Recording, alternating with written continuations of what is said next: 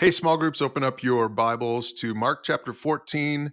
Today we're covering verses 32 to 42, and we're going to answer this question: how should you pray in your hour of need? Because this is what we're going to see with Jesus as he is in the Garden of Gethsemane with his disciples, praying in his hour of need. The picture of Jesus there shows us the human side of Christ.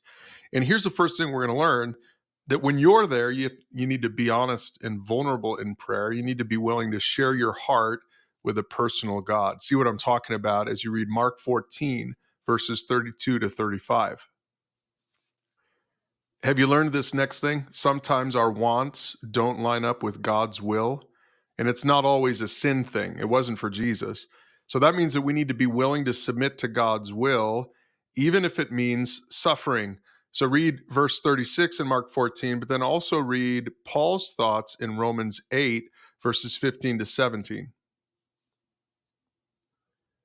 Now, the other thing that we learn in the Garden of Gethsemane is that the disciples had willing spirits, but they had weak bodies.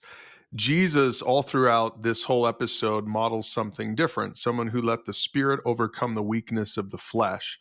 Go ahead and pause and read those verses. Here's the takeaway. After twice pouring out his heart to the Father, Jesus was ready for what lay ahead. At the end of the day, we too, in our time of need, must move forward, trusting God's will to be done. Go ahead and read verse 42 together. Now, as a small group, here's the question that you're going to be answering together at the end of the day. How should you pray in your hour of need? Go ahead and have the conversation. Use the discussion questions at the bottom of the lesson. And remember, to learn more, if you haven't already, make sure to listen to the full audio podcast for today's lesson.